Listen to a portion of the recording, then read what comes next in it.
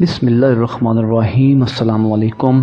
بڑی عورتوں کے آزمودہ گھریلو ٹوٹکے۔ نمبر 1، کچا کیلا کاٹنے کے بعد اگر کچھ بچ جائے تو اسے کالا ہونے سے بچانے کے لیے دہی کا پانی اس پر چھڑک دیں، سیاہی مائل نہیں ہو پائے گا۔ نمبر 2، کیک کو بیکنگ ٹرے میں ڈالنے سے قبل اس پر چکنائی لگا دیتے ہیں۔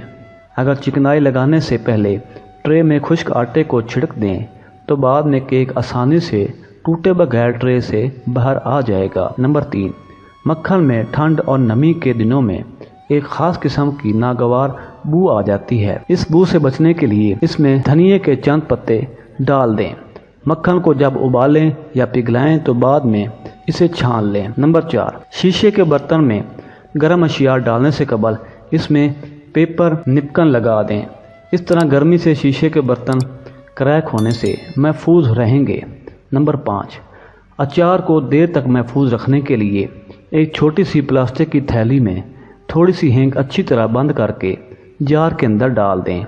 اس طرح اچار خراب ہونے سے محفوظ رہے گا۔ نمبر 6، گھر میں اگر ریشمی ساڑی دھونا ہو تو پانی میں واشنگ پاؤڈر کے ساتھ تھوڑا سا لیموں کا رس بھی ڈال دیں۔ یہ رس ساڑی کو بد رنگ ہونے سے بچائے گا اور سلک کو نرم بھی رکھے گا۔ نمبر 7، لڈو یا برفی بنانے کے لیے آٹے کو پہلے سے گرم اوون میں بھون لیں۔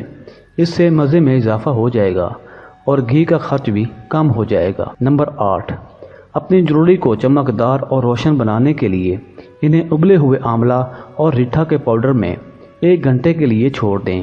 اس کے بعد کسی پرانے ٹوتھ برش سے اسے رواں پانی میں دھو لیں۔ نمبر 9، گندی اور تھکی ہوئی آنکھوں کو صاف کرنے کے لیے نیم گرم پانی میں آدھا ٹی اسپون بورک پاؤڈر ملائیں۔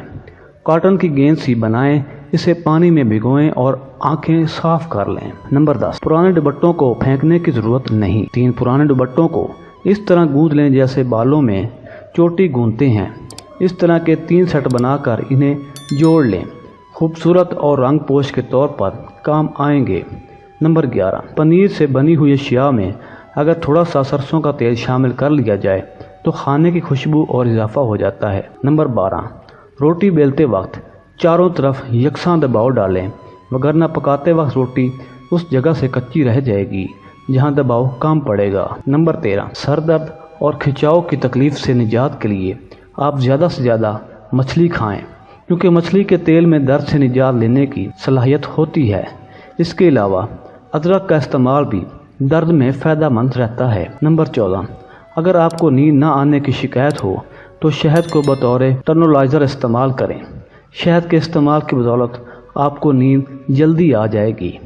نمبر 15، ٹماٹر کھانے سے قبض کی شکایت دور ہوتی ہے اور آنتوں کو فائدہ ہوتا ہے، جس میں مرض کا مقابلہ کرنے کی قوت بڑھتی ہے، دانتوں کی حفاظت کرتا ہے۔ کھانسی نزلہ زکام میں اس سے پرہیز کرنا چاہیے۔ جزاک اللہ۔